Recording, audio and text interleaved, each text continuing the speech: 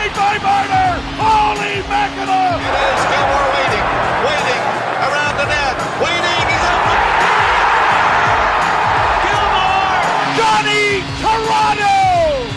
I wonder if they can hear it on Long Island. Great move! What a goal! Beauty! Austin Matthews! Bless you, boys! What a game! Welcome to episode 94 of the Maple Leafs Hot Stove podcast. I'm Nick Ashbourne, joined as always by Anthony Petrielli. Your Toronto Maple Leafs are up by 2 games against the Florida Panthers. This is a series that, both Anthony and I predicted that the Panthers would win. The Panthers are, an intimidating opponent, the former Stanley Cup champions, and yet the Maple Leafs have won the first 2 games in the series and put themselves in a pretty decent position to win it. Although, there's some headlines that I think are getting a little bit too far ahead of the situation. Anthony, what do you think's been working for Toronto in these first couple of games? A number of things. I think a lot of things that we talked about heading into the series as to whether they could replicate them and look for these sort of sore points on the Panthers roster. Like, the Panthers are a really good team. Obviously, they've been to back-to-back Stanley Cup finals. They won the most recent one. Then you go out and you add Brad Marchand and you add Seth Jones, and like, they're a good hockey team. I think the ways that the Leafs have gotten to them, or where they've kind of benefited, is, first off, we talked a lot about how the Panthers give up more breakaways than anybody else in the league. I think the Leafs are torching them in transition. It was interesting to hear Paul Maurice have a take on it. He attributed it more to how the Panthers are playing in the offensive zone and the Leafs essentially countering from their own end more than it's something that they're doing in the neutral zone. Which, like, I understand what he's saying. Like, I get it. He's right that it does start in the Leafs end, but a lot of the mistakes that the Panthers are making are directly in the neutral zone. Like, if we look at the Max Domi goal, Nate Schmidt doesn't have to step up, but he does, and he loses the battle. Scott Laughton beats him, ties him up, and then chips it to Riley, and then Riley one touches it to Lorentz, and then Lorentz makes the nice pass to Domi, and Domi has the nice finish. But if Schmidt backs off, it's probably a nothing play. Like, there's a lot less to it at that point. A 2-on-2 with Steven Lorentz and Max Domi is far less intimidating, I guess we'll call it. So I think that's a good starting point. Like, we flagged that. I think the Leafs were all over it, and they've jumped on them. Like, they've had a number of chances off the rush. They've scored on a bunch. Nyes has a breakaway goal. Domi missed a breakaway. They've scored on a number of 2-on-1s now. Like, they look fast. They look faster than the Panthers in this series so far. It's interesting because that was a bit of a sore spot for the Leafs during the regular season. Like, we would say, this is a team that has the talent to be really dangerous off the rush and has been in the past, but it's playing a little bit more of a constricted style. And when we would be talking about, say Bobby McMahon, Max Domi, Nick Robertson line, we'd be like, well, that line at least is a changeup because it will give you something off the rush, whereas these other lines aren't really doing it. And then, now when the stakes are the highest, it kind of does feel like the Leafs are leaning into some of their talent strengths as opposed to their structure strengths. And it's interesting, it has been more fun to watch, like, beyond the Leafs win, Panthers win, like the quality of the hockey. I mean, I guess it's subjective, but like, it has been more eventful hockey than I expected, right? Like, I thought we'd be seeing a lot of 2-1, 3-2. And I know that some of that is the previous series from 2 years ago sticks in your head, where they scored exactly 2 goals in every game. But I didn't see them scoring 8 5-on-5 goals in the first 2 games of the series. Like, 8 goals, 5-on-5 goals, like, could have been a conceivable total for a series if it had gone poorly. Like, that wouldn't have been a good outcome for the Leafs, but like, that would have been within the realm of possibility that would happen. And they had 10 against Florida in 2023. They scored 2 every game. Yeah, so it's been it's been fun to watch. Like, the first game and the second game do feel like very different entities. Like, there are trends that you can pull across both of them, but the first game, I felt like that was a stronger performance. The way Nylander took over the first half of that game. Like, obviously the He's been goals unreal. He's been and, unreal. the area pass to Spring Riley, and then Mikkola just like not giving any credit to the possibility that Riley would shoot. Like, he was so far shaded towards Tavares, which is funny. Like, I get it. I probably get the math on that. But, Riley has been dangerous off the rush in the past. He deserves a lot of credit. I thought he was fantastic in game one. Obviously, in game two, he played a role in the Marchand goal against that you don't like to see. But that Also got an assist on the power play goal, which was a big yeah. goal to tie it. But I mean, he gave it right back, but Yeah.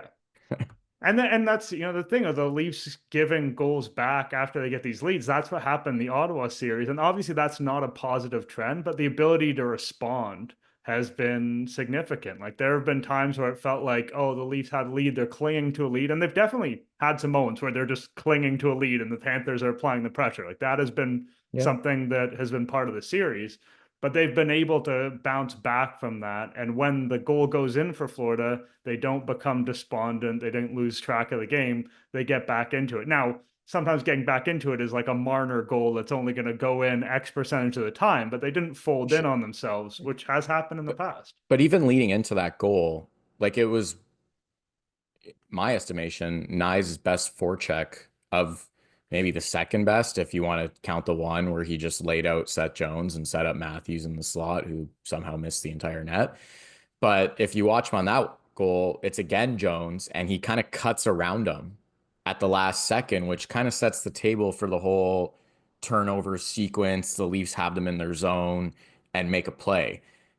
But like, the bigger point is the Leafs have done a really good job of responding to goals, right? Like, that's actually the third game in a row, because they did it against Ottawa to win the series. And then Riley did it on the 2-on-1, and then Marner did it on the game winner. So you're on a little streak here of the other team scores and the Leafs get them right back. And I look at like last year's team, for example, it was the opposite. The number of times, like, we flagged it constantly, the number of times where they scored and then gave it back right away. They literally did it in game 7. They score, and then their fourth line inexplicably gets a shift and immediately gives it right back.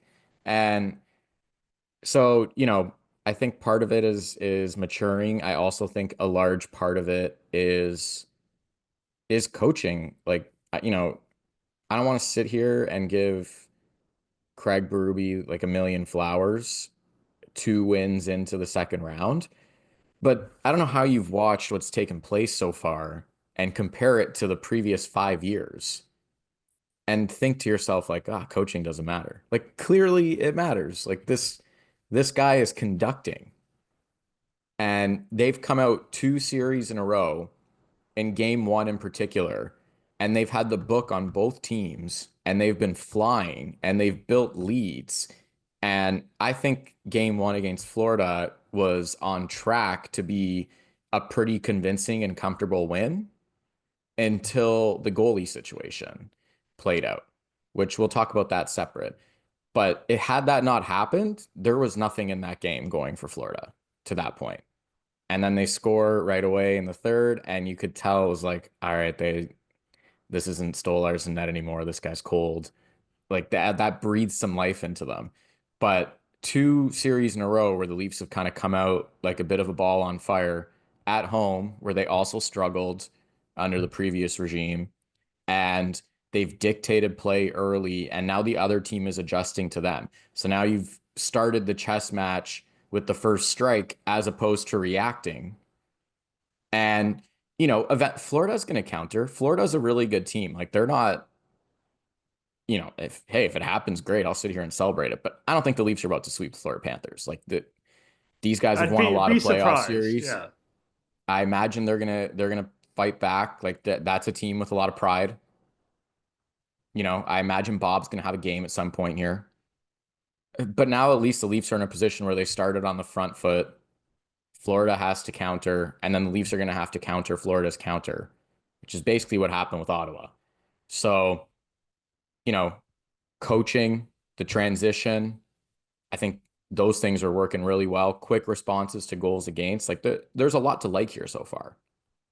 Yeah, absolutely. And it's interesting, you can make statements like, oh, that you can already tell this is different from the previous regime. And it feels early to say that in the sense that, this is 8 playoff games, but also this is further than they've gotten in the Yeah. Matthews year. Like they've never won this many games. Like that's stupid. That's not the outcome that the organization has shot for. And with a better luck, it might have happened differently. But like we are in uncharted waters with this group. And yeah, it's funny. I found myself kind of watching the second game thinking like, where would this team be pointing if you had like 100% Matthew, if you had like Matthews from last year at the head of what all the other things going on with this I group? know. I You'd know. absolutely be, and then those headlines about like Leaf Stanley Cup content. Like I have people texting me, like friends who are less, who are interested in the Leafs but are not like absolutely dialed in, being like, how much for conference final tickets? Like Oh people my are God. like, the excitement is genuinely building. And I get it. I think it's worth embracing this moment, but like things are never as great as they look when they're great. They're never as bad as they look when they're bad. And we are recording indisputably at like a great moment. So I, I this felt this good this morning. I woke up and I felt good this morning. this podcast may not age well. Like there's a chance we're going to say some things, and then we are looking at sort of the high water mark of what's happening with the Maple Yeah. Leafs. But I it's not like I thought this was an impossibility, but I thought it was extremely unlikely at least we're going to land here. And they not play perfectly, but I think it's also fair to say that they've earned where they stand today. I don't think that they lucked into where they stand today. Yeah, and actually, I don't think anything we've said so far could age poorly. They have come out and torched the Panthers in transition, and they have come out That's fair. and responded quickly to goals against. And Burby has done a good job at the beginning of each series to put them at the forefront. Now, many, if not all of those things could collapse moving forward, but to this point, like they're just indisputably true things. I think a few other like minor pieces that are kind of catching my eye. Like we talk about Nylander being incredible. Like Nylander's been the best player through 2 games. Not even 100%. no one is even competitively close. Like that in and of itself is significant. The Leafs have the best player so far in the series. He's been electric. Like electric. So kudos to Nylander. Like that's worthy of its own recognition. And then you look at it on the Florida side, it's like Sam Reinhart led their team in scoring this year. He led their team in goals last year. Like he's been the guy of late for them that's really driven the bus offensively. He's pointless through 2 games. Barkov has a power play goal on a wrist shot that I'm still not sure why it went in. Otherwise, fairly quiet from Barkov. Kachuk, we talked about that as kind of the great unknown going into the series. Like, what version of Matthew Kachuk are the Panthers getting? So far, not a very good Matthew Kachuk. Again, he has a lot of pride, and he's proven himself to be a player that's capable of digging in and finding a way through things. 2 games in, it hasn't happened. And that's significant. Like the Leafs they did start playing with that matchup in the second game. And I think it's in part because Kachuk's not really threatening. He had the 1-2-on-1 early in game 2. Other than that, it really he hasn't been one to make you kind of clench up or, really be around it. He's trying to force himself into the equation. And yes, you can say the third line for the Panthers, quote unquote, has been really good, and they have, and we'll get to that as a problem. But I mean, I don't think anyone was expecting all 3 Panther lines to be terrible. But if 2 out of the 3 are doing nothing, I kind of like it for the Leafs. The Leafs have enough to beat that. So, like the Leafs are directly responsible for some of these things too. It's not like Sam Reinhart just suddenly became bad at hockey. Like they're going up against McCabe Tanev. I thought that they might split that up from the top line and say, we'll give the top line to Barkov and we'll put McCabe and Tanev against Chuck or Bennett or Lundell and Marchand or even. They haven't done that. They're just like, we're loading up best on best. And McCabe and Tanev have been lights out. I mean, Tanev is...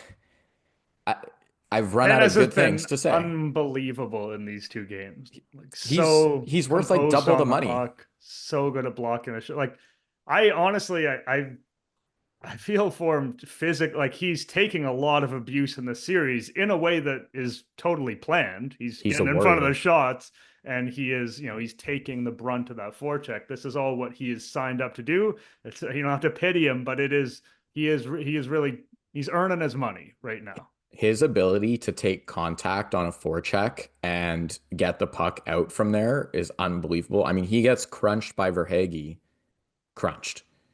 And if you watch it on his next shift, the Panthers get it in deep and it's Verhaeghe on him again. And I was kind of curious as the puck was going in. I was like, is Tanev going to back off here? Because he was clearly shaken up from the last one. The exact same. He's like, I'm getting hit again. It is what it is. And like, it's such a, like, you hear Simon Benoit talk about Tanev blocking shots and like the impact it's had on him. And I think we've seen a lot of growth from Benoit over the past couple months. And like, he's an easy example because he's been vocal about it. But like, if you're a teammate in general and you're watching that guy just gut out shift after shift physically, whether it's blocking shots, taking hits to make plays, like that stuff is infectious. Like it's infectious through the team. Well, it's tough to watch the 35-year-old dude do it and be like, yeah, actually, It like would be I can't do embarrassing. this. Yeah. Yeah, it'd be embarrassing to not. And so, other little things we talked about the face-off advantage. The Leafs have cleaned them out through 60% in game 2. It was like 62.5 in game 1. Obviously, Tanev gets the goal on the one face-off. You could argue that, I mean, not argue, it's fact. Florida also scored off a face-off win. So, I can't say that the goals have necessarily come that way, but the Leafs have definitely got out of a number of icings or defensive jams off clean face-off wins where they've just flipped it out and got a change. They've been able to kind of slow things down. Like the Leafs don't care. They'll chip it out all day when they have a lead. They'll just kill the clock. They're like a basketball team just fouling you constantly. Like, well, we'll slow this game right down. It doesn't matter. To But when be you're fair, winning, that hasn't worked out for them in these playoffs because they've coughed up multiple it third period leads. it's kind of interesting because they didn't in game 1 ultimately. Yeah. And you can say that they did in game 2, but I mean, they also protected a lead for like 3/4 of the third period.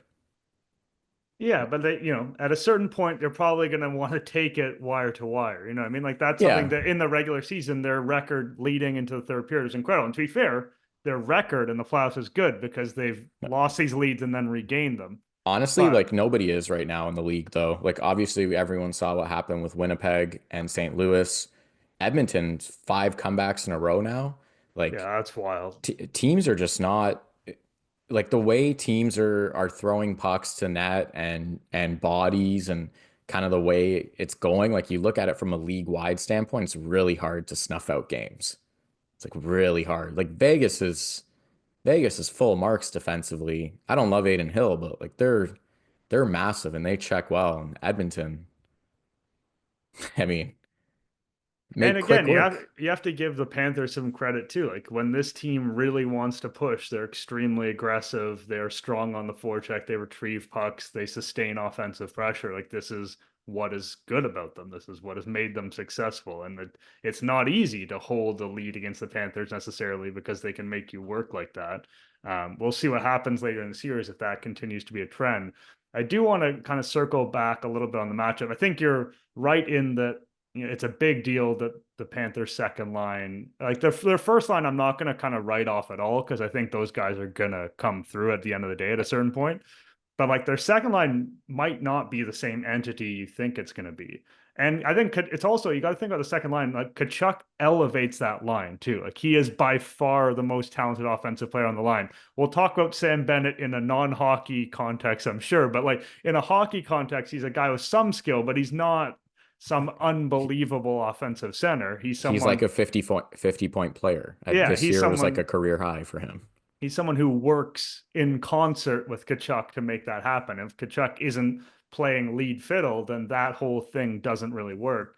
And I think the Florida hope was heading into the series, and some of this may still come to pass, but the hope was like you kind of the first line and second lines kind of wash each other out, and then you're deeper at forward, and that's how you win. Well, if the first, like, even let's say the first lines wash each other out, because again, I'm sure Barkov and Reiner and Verhaeghe are going to get something going here. That second line, you've got Nylander, who, as we mentioned before, has been the best player in the series, like truly a game breaker, against the second line of Florida that does not, and it's not necessarily even that they're matching up and on the ice in that moment head to head, but like that second line right now for the Leafs looks far more dangerous than Florida's second line. And so as a result, like that whole structure of we're wiping the top part of the lineup and then we're beating you at the bottom is not so easy to pull off if that second line and basically Kachuk is not what you expect him to be. And further to that, the Florida fourth line is non-existent. Yeah. Like they're not even touching 10 minutes. And like Domi has a goal.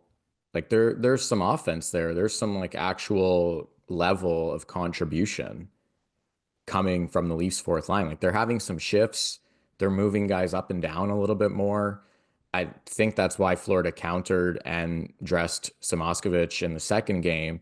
And we expected him to play. Like we called that ahead of the series. There's no way that he was going to be healthy scratch the whole time. But their fourth line is just they don't exist so far, and the Leafs does.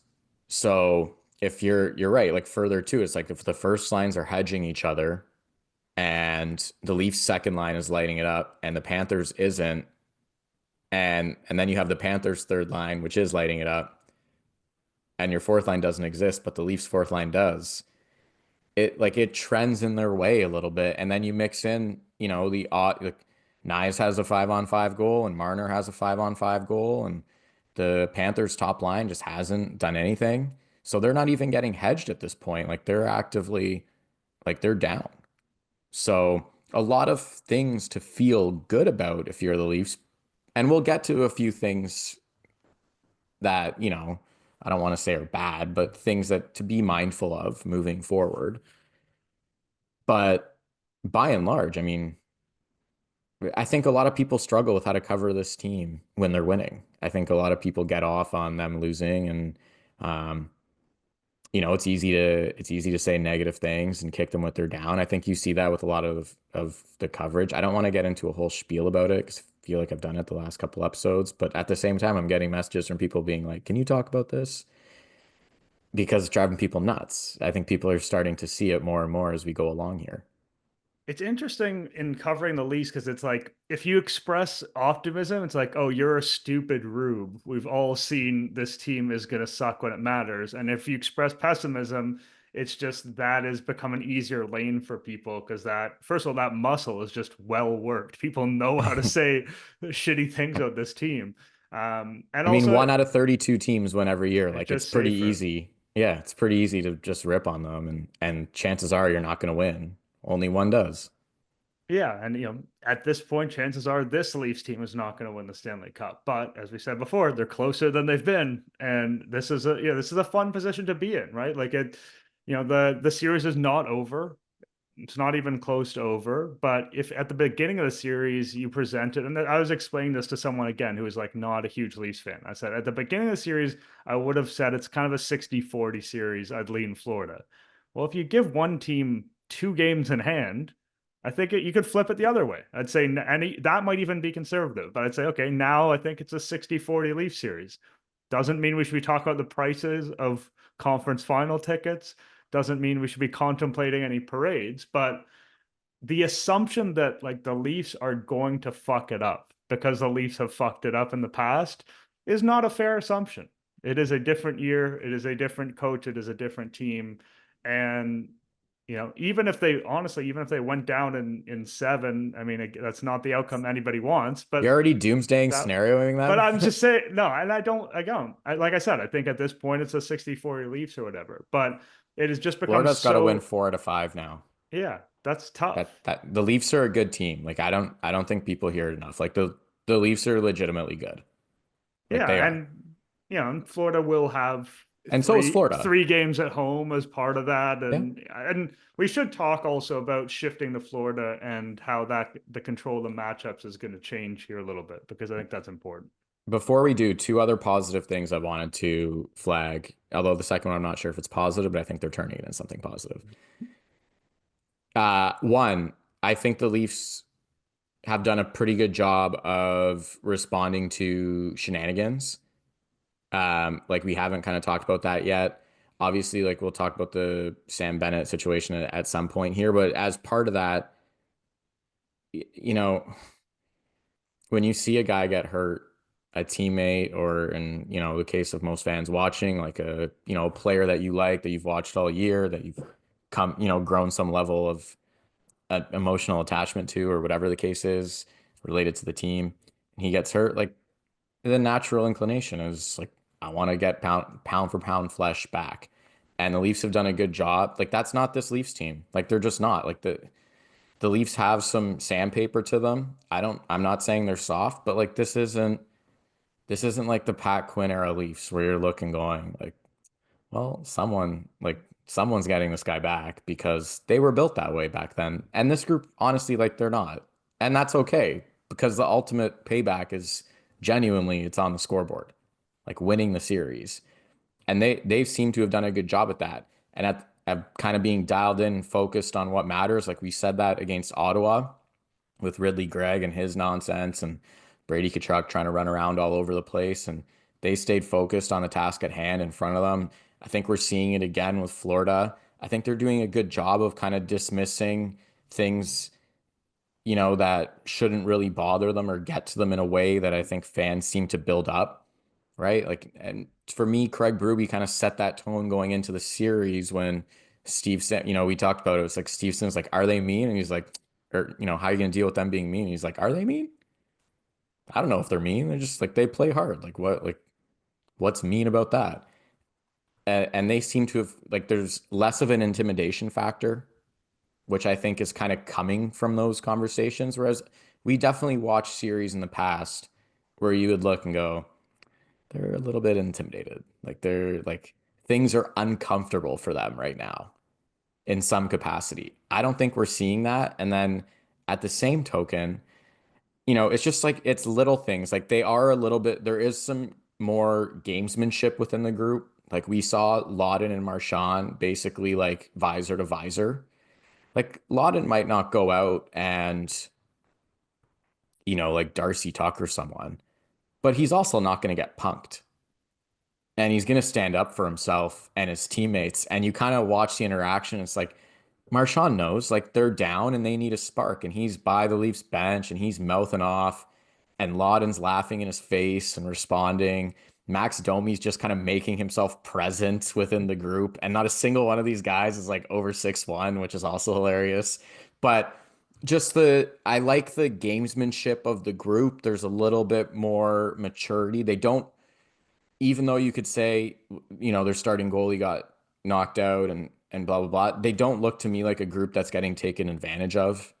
Whereas in years past, I really felt that. I think there's like a good line for them right now of like, we can't go to the level maybe fans always want us to, because we're just not built that way. But at the same time, we're not getting absolutely punked or intimidated or dunked on in some sort of, outside the whistles capacity. Yeah, and I think we probably should kind of dive into the Bennett stuff now and then end on looking ahead as opposed to circling back on it. But just in terms of the physicality aspect, you're right. Like there's not a ton of guys on this roster that are going to throw massive open ice hits. You saw Benoit tried to line up Bennett, but it was very much within the context of the game, and he didn't quite deliver that hit anyway. In terms of, people Would have been nice though. Would have been nice. People wanted to see a fight.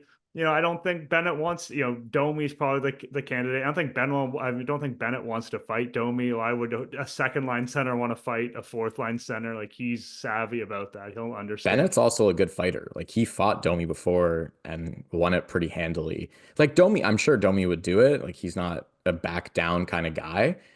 But I don't know if there's really anyone on the Leafs you're looking at going, I want that guy fighting Bennett. Like I think Bennett's a legitimately good fighter. Yeah, so it's not really going to happen. But as you mentioned, like even if the team is not full of guys who fight a ton, it's not full of guys who throw massive hits. Although McCabe definitely has that in his bag. He crushed Kulikov. Yeah, for sure. And Pacioretty, late career Pacioretty has that in his bag, among many other things that he's got in his bag. We probably didn't give him a shout out enough too. Yeah. Like he's been unreal. Yeah, as we called for his benching at the end of the last series, Yeah. and he's gotten 6 points in 3 games since then, and just done the stuff you'd expect him to do, throwing the hits, being on the forecheck, and then obviously delivering that big goal. But also, like, the Leafs are literally, on the most basic level, a big team. Like, they have big forwards and big defense largely, and you can't necessarily push them around and intimidate them as much, in part just because it's literally harder to do. It's harder to move They're, these human bodies off the puck. they're And statistically the heaviest team in the league. yeah, and I Like think they're that's something Berube like appreciates and wants, and something Treliving appreciates and wants. And you can argue as to how neatly size is going to correlate towards success, but I do think it's meaningful when you end up in a series with a team that like leads the league in hits and wants to be super aggressive on the forecheck. I think especially on the back end, like we talk about Tanev's kind of superhuman ability to take contact and move the puck is not really about his physicality. That's more mental and savviness. But some of the other guys, like Carlo and Benoit, and guys like that, even Riley in theory, having that size is helpful, and it is going to help them in this series. But let's. and then hold on, just one last note on that because it came up on the broadcast and I thought about it kind of in the context of this, where they were saying like in 2023, technically the Leafs out hit Florida in that series. And I'm like, that's a joke. Like, I don't care what the stat is. Like they straight up got punked in 2023. You cannot convince me otherwise. They got absolutely dunked on across the board. Yeah, the average hit doesn't really matter. Like most things that are being recorded as a hit are just a bump. And so like really there's only a certain number of hits in a game that like genuinely make a difference. And also it's often who doesn't have the puck. Like that is not a good stat to look at in terms of who's the better team, who's the more physical team. Like hits are It's the generally. hardest sport to analyze because there's this whole like mental component and because there's like physical altercations that are legally allowed in the sport. And it kind of racks up and you can look at raw hit totals in certain ways and try to contextualize it and make sure, but there's like a level of feel involved to it. Look at the 2023 team and say anytime that there was like a real moment in that series, you guys got absolutely dunked on and Florida clearly felt bigger and stronger than you and it went to their toes. And I look at this group and I'm like, these guys are not getting dunked on and punked so far. Like they're very much in control with what's happening and present in the moment and responsive to it with like a good level of answering back to things within the confines of the game. Like the Leafs have thrown a number of big hits, as has Florida to their credit. Like Verhaeghe did crunch Tanev and, like Bennett's had a few Stolarz play aside, he has had a few good hits on the forecheck, but the Leafs have dished it right back too. And uh, just physically, I like the direction for the team. What we don't like physically, which I know you've been trying to get to, is the Stolarz thing. Okay, so we most people who are listening to this have a sense of what happened. We don't have to give like the longest possible recap, but Sam Bennett hit Stolarz in the head, kind of an elbow, forearm shiv, depending how you want to define it. Not necessarily at high speed, not the hardest contact you've ever seen, but it basically it concussed him. He ended up on the bench. He ended up puking over the side of the rail. There's not much dispute over that. It's, people talk about how he took a hard puck to the mask earlier in the game, and it might have been a succession of things that caused this. And then you get so in the moment, for one thing, like I'm not sure to what degree it was kind of seen and understood what had happened. Like it's just like I don't think that you needed. I don't blame the team, I guess, for not having some massive reaction in the moment because Stolarz went down for a second, but then he popped back up. He seemed to be okay. Things sort of proceeded. And then I think what people get frustrated with is, they see the replay, they say, why wasn't there a penalty? And then after the game, you get okay, why isn't there suspension? And Sam Bennett appears in game 2. So part of it is that aspect of it is like, I guess we can discuss, do we agree with the idea that there wasn't a suspension and how that was disciplined? And then the other part is how the team responded to it in game 2. And Craig Berube basically said, we're going to play hockey and we're not going to go attack this guy or whatever, and we're going to keep an even keel. And I referred to Benoit trying to line him up once in the defensive zone within the context of the game. Didn't really work out. But generally speaking, it wasn't really that much of a storyline in game 2 because it wasn't something that it seemed like they were going for. So I'll give you the floor in terms of where you want to go with either sort of the discipline or the Leafs reaction. So I think part of it too, well, not, I don't think, this is just fact, is that it's Sam Bennett. Because honestly, like when the original Knives play happened in 2023, I was at the game. Like no one really, people were annoyed that there was a penalty, like there was no penalty on it. But ultimately people were like, it didn't look like anything egregious at the time. And then it knocked him out of the series.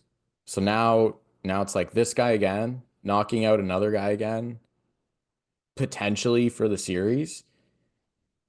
I can't answer what level of head contact bothered Stolarz and whatever the case is. Statistically speaking, repeated blows to the head in quick succession are going to exasperate things. And he did get his bell rung on that shot by Sam Reinhart. Like that's, and just be like, that was a rocket. Like it knocked his helmet off. Like you could see it. And then he gets the second one, which you could say, wasn't like the most forceful thing ever. But to me, like Bennett had intentions. Like the way his body was positioned, like he knew what he was doing. And he's just not a guy to me that should get the benefit of the doubt. And if I'm running the league, you protect goalies at all costs. And, the Leafs are fortunate enough that the gap between their two goalies is not significant. But like if the Leafs got Bob out, and we talked about this going into the series, like if Vitek Vanacek comes in, they're going to the conference finals. It's done. It's over. So the Leafs aren't in that position, but I think from a league responsibility standpoint, they do need to send a bit more of a message that like you can't be going in and kind of chicken winging a little bit and making contact with a goalie who was well within his right to be where he was. It wasn't like Stolarz was out of position or like way out of the crease or doing something where you're like, why was he doing that? And thus in that spot in the first place. Like what Stolarz was doing as a goalie was very normal. What Bennett did was very much on the line of like, oops, my bad, but he knew. And like the league needs to protect goalies. It's very similar to quarterbacks in the NFL. Like they do need to get treated differently because of the value of the position. So I think the league did a poor job on that. Obviously, no penalty.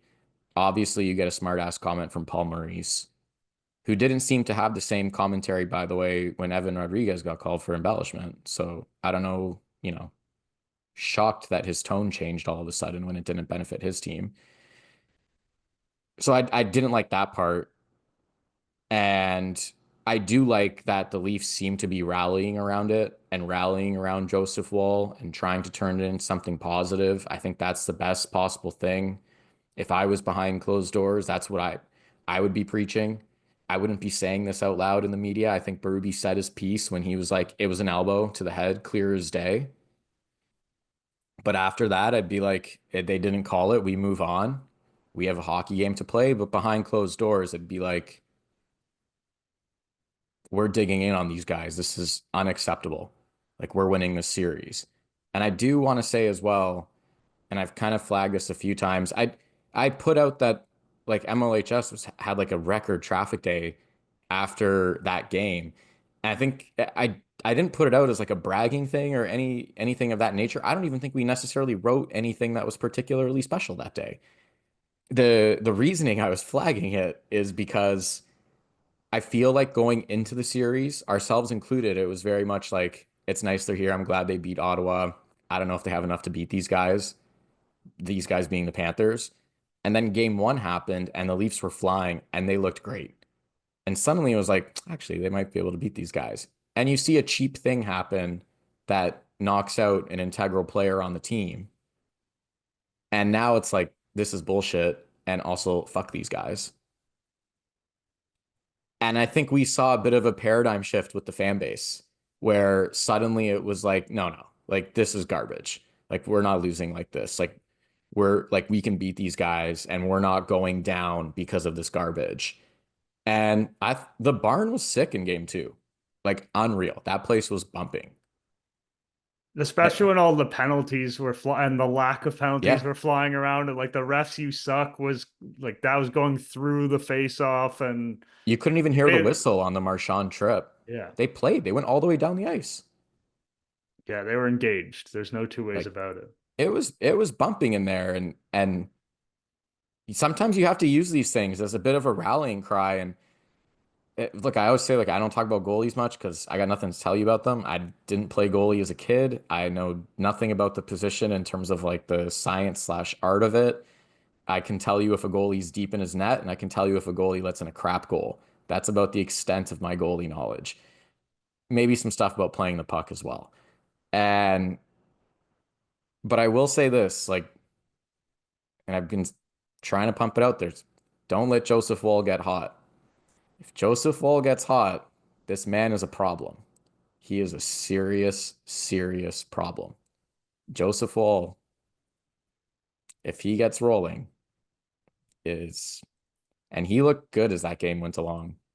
He was big in the third period. They needed it from him, and he gave it to them. Like, and he's, we have a small sample with him, but he has only shown in the playoffs that he meets the moment so far. And also this year, he had a more extended run when Stolarz was out and was able to carry a load, which we hadn't seen from him before. If you think of some of their biggest wins this year against top end opponents, like Woll was unreal. In Dallas, the game in Toronto against Colorado, the game in Edmonton, like he was sick in all of those games, like against like top flight opponents and like big regular season, albeit wins. He was really good. Even the game in Florida that they lost after beating Tampa on the back-to-back, Woll was the only reason they were even in that game. So don't let Joseph Woll get hot because you're not gonna like it, other team, if you do. That's all I'm saying. Don't let Joseph Woll get hot. The last thing I do want to say on Bennett, and then we can move on to them going on the road, is like the whole point of not the whole point, but the most important thing that you do when you discipline a player, with suspension, arguably with major penalties, things like that, is you're trying to deter it from happening again. You're trying to avoid having these incidents happen again. And when the incident is something like incredibly dangerous hit to the head, that a guy does because he's seeing red or something like that, like he already knows that he can't be doing that, but the shit happens, and you still have to penalize those guys. You have to suspend those guys, but you're not actually doing much of a service for the game because it's like that's something we know is unacceptable. Everyone knows it's unacceptable. It just kind of happened. This was the sort of thing where Bennett is like trying to see what he can get away with, and then he got away with it. And so like that's not healthy for the game because it wasn't him like doing a diving Superman punch into Anthony Stolarz's head. It was him seeing if he could get away with a cheeky action and a mini headshot, and he did. And you really don't want to empower players to do things like that. And I think by inaction, the league has empowered Sam Bennett and the Sam Bennetts of the world. We'll see where that goes, but it's just not a positive for the sport. Looking ahead here in terms of Florida playing in Florida, what do you think the biggest differences are going to be that arise in the matchup game here? Because arguably, Florida has tended to like, Barkov and Matthews has often swung Florida's way historically, even though it didn't in the first couple of games of the series. So do you think they'll try and, I don't know, target a Domi line with the second line, try and get that line going? Like what can Florida do differently now that they have control here? What I was wondering, and I don't know if Maurice will do this, but I would strongly consider it where I am, is I would try the Lundell line against the Matthews line. And I'd try to get the Barkov line going against either of the next three Leafs lines. Like they obviously, we said like Reinhart's getting blanked so far. That line hasn't been dangerous at 5-on-5. Like in the first period of game two, I didn't think the Leafs played well. I didn't think they were horrible or anything, but I didn't think they played well. And it before the Leafs tied it, I was kind of sitting there going like, Florida's also not doing anything. Like they scored a power play goal, but they really didn't have a ton going on. And if I was Maurice, I'd be concerned about that. I'd be like, we can't be getting Reinhart blanked all series and Barkov like a power play merchant at best, as like their first line doesn't score a ton, but they also have scored big goals in both games so far. And I would at least consider it. I ultimately think he'll probably stick to Barkov against Matthews, but if he's got to get it rolling, like he can shift it a bit to take, some pressure off Barkov and Reinhardt and get them going against other guys. Because as we've said, like if Kachuk is hurt and that's how he's going to play all series, then they really need Reinhardt and Barkov to get going. And they could probably feel good about that Lundell line against anyone, really. So that's what I would do if I was them, but I'm curious to see how he plays it. And also, we always talk about forward line to forward line, but there's also some consideration for not that like McCabe and Tanev are unbeatable, but some consideration for avoiding McCabe and Tanev if you can do it. Like They're not unbeatable, but they're very, if they're not the they're best hard to shutdown beat. pairing in the league, like they're close. Yeah, so I think like that can be a component of it too, is like seeing if you can get those guys. Like I think you're right. You want to get Barkov's line going if you're Florida. I also just think the confidence is going to be there. Like if I were Paul Maurice, that's where I would end with it. Is like I do want to get these guys going, but I also just do believe in them. Like they have come Yeah. through for me again and again and again, and even particularly against Matthews. And I would be, I guess some of it's internal evaluation, right? Like, can you get the Kachuk line going? Is it worth pulling on that lever, or is that really a lost cause? And we're gonna find out in the next few games. We're only going to find out whatever Kachuk's dealing with after they get eliminated, whenever that is, or whenever their season ends, if you want to call it that, were they to win back-to-back cups. But like until then, like all we can evaluate is what we see in front of us, and it just doesn't look good so far. So, we mentioned going in, like his points were primarily on the power play against Tampa, and his ice time was limited, and he just hasn't been a particular factor to this rate. And so if he was going, I think you would just keep the matchup and then you would just continue to lean on that Lundell line, just abusing the Lawton line or the Domi line or whatever. But in the absence of that, like they should consider moving it around. So that's probably the biggest thing I would imagine. But I will say to your point about the defense, like the Leafs will make sure that McCabe and Tanev are out there against the Barkov line regardless.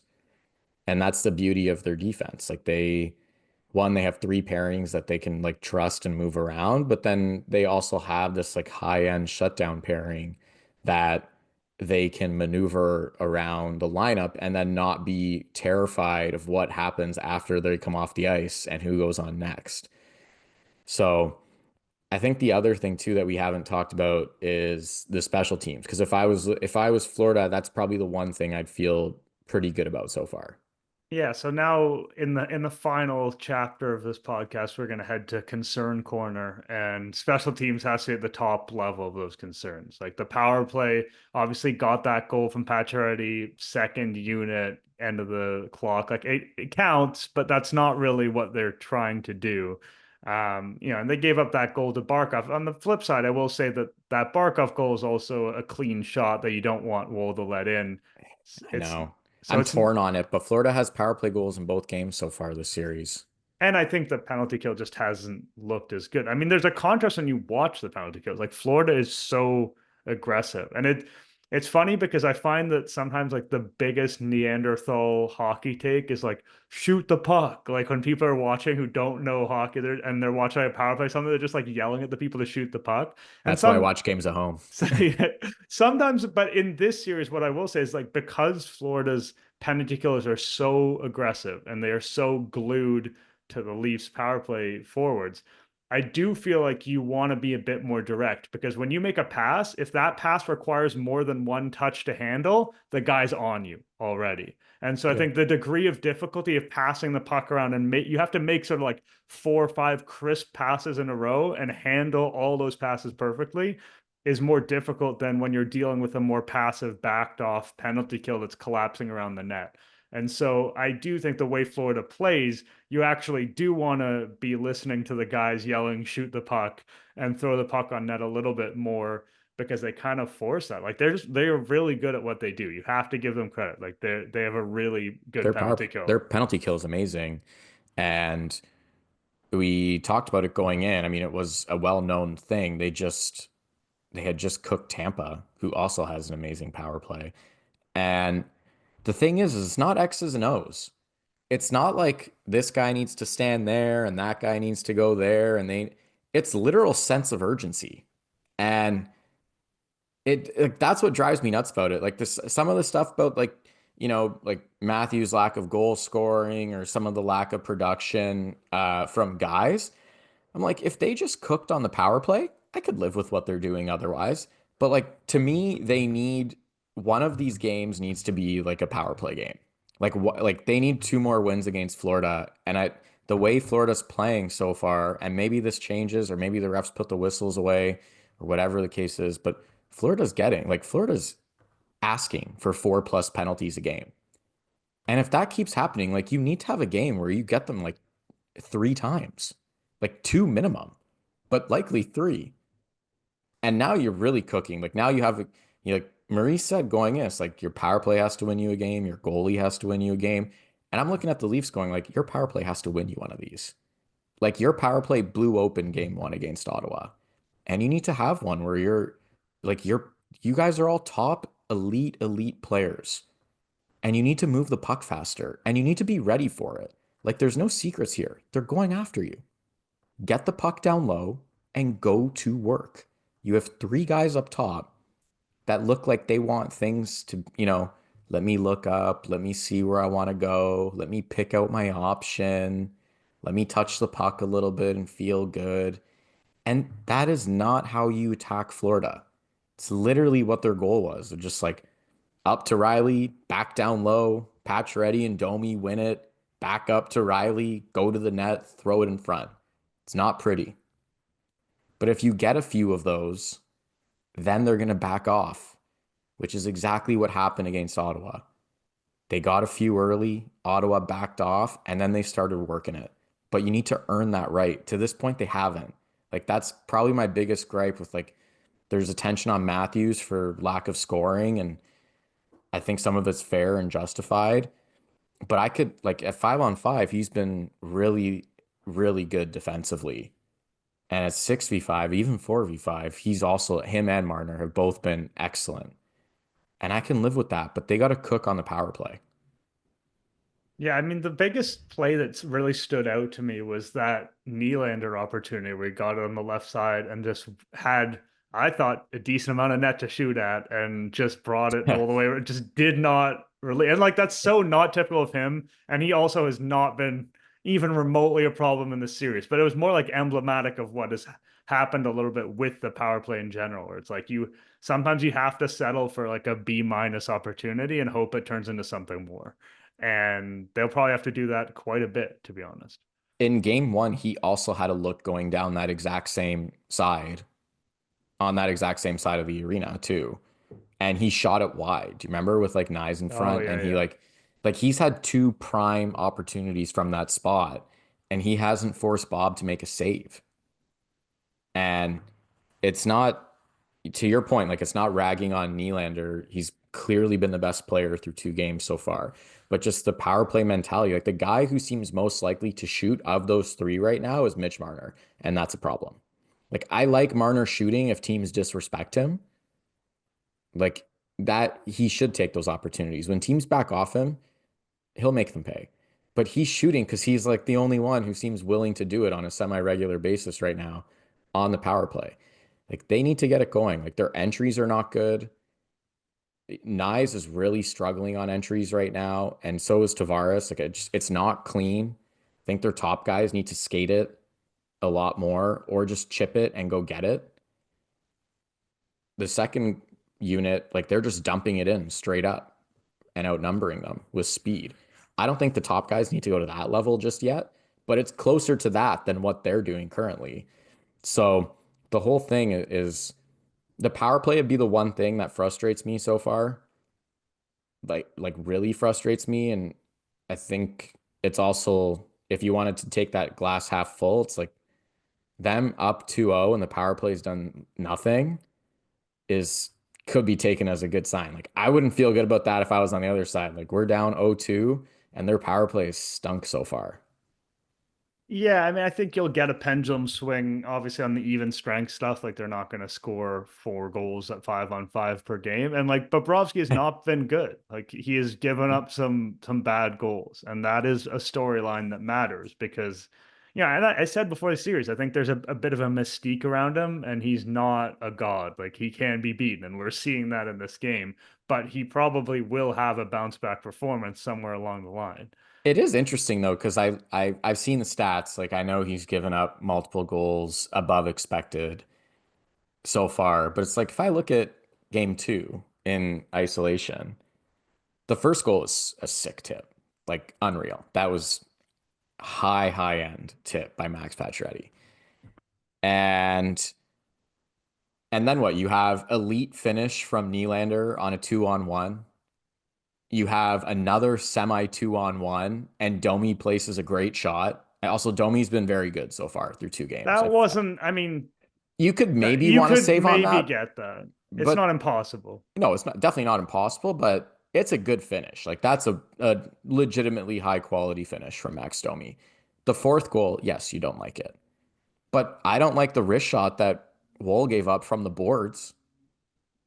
Oh, for sure. But, there's a little bit of a different expectation around Bobrovsky and a little bit more of a track record of what he's done in the playoffs. Like, you can not like the Riley goal. You could not, because he's totally squared up to that. You cannot like the Tanev He got goal. sniped on a 2-on-1. Yeah, you want him to save that. I mean, I would have liked Woll to save the Marchand backhand in front, but like he got beat Yeah. 1-on-1. Like it is what it is. That was a great shot by Riley. I Yeah, it just was, but I think if I'm the Panthers or if I'm a Panthers fan, I'm feeling pretty confident that you're going to see better than what you've seen thus far. I think they will too. And I'm just saying, like, I think the Leafs have created some quality chances off transition and they're burying them. And I don't view it entirely as optimistic. I'm viewing it as, yeah, if you give Nylander these looks, he's going to beat you. And Riley legitimately is good from the top of the circle in. Like, he actually has a great wrister from that distance. Like, he's good at it. We talked about it earlier this year when he scored that overtime winner against Philly and he had the bar down rip on Connor Hellebuyck, like regular season Connor Hellebuyck. Like The goat. that's a yeah, Right. right? That's a big difference. That's regular season Hellebuyck, and he beat him clean. Like Riley does have a rip from that spot. Like I said, you might not. You could sit there and go, yeah, maybe you could have done better on the Domi goal, but it was a nice finish. Like Nye's coming in on a breakaway is as money as it gets right now. Like the hey, if they're gonna give the Leafs the chances, that is one thing like they might not create a ton of possession or zone time or grind you, but if they create a good look, they have a lot of talent to kind of beat guys clean and make a lot of goalies look pedestrian. They did it to Vasilevsky all year, and he Yeah. had a great year. Yeah, I just, I'm inclined to think we're going to see something a little bit different at a certain point. Also, I think part of what the Ottawa series taught us is like you might also just see a stinker and at some point, like I don't know, game 3, game 4, like that doesn't necessarily mean that Bobrovsky will be back or that the Panthers have figured the Leafs out. I think that's a little bit part of the process of bringing the Craig Berube calmness into your life is to understand that like sometimes there'll be a game that is sort of atypical of what's happening in the series, and that may happen, between now and the next time we record, to be honest. I am expecting a Bob game at some point, to be clear. Like I said it earlier in the recording. I'm mainly flagging. I think what they're asking of him right now is to be like more on the. I think people are looking at it saying like Bob just needs to be average, and I'm looking at it more like actually I think they're asking Bob to be like superhuman. They're like, can you stop a couple breakaways a night? Can you stop a couple 2-on-1s a night? And the Leafs are good. Again, like the Leafs are good. They're a good hockey team. If you want to give the Leafs a couple 2-on-1s a night, they're probably scoring. I think that's a good place to end the podcast. Just the Leafs are good. And They are good. that's how it feels at this moment in time. It may feel a little bit different in the future. We'll see. But this is a legitimately no irony, no bullshit, exciting moment in Toronto Maple Leafs land. And people can soak that up and just put the negativity aside for now. I'm sure there'll be a moment where the negativity bubbles up again, but for now, we can just enjoy it. We really appreciate everyone who listens in to the podcast. We like it even more when you leave ratings, reviews, things like that. Help us grow, help us thrive, and watch on YouTube now that we're here on YouTube. And we'll be back with you again soon.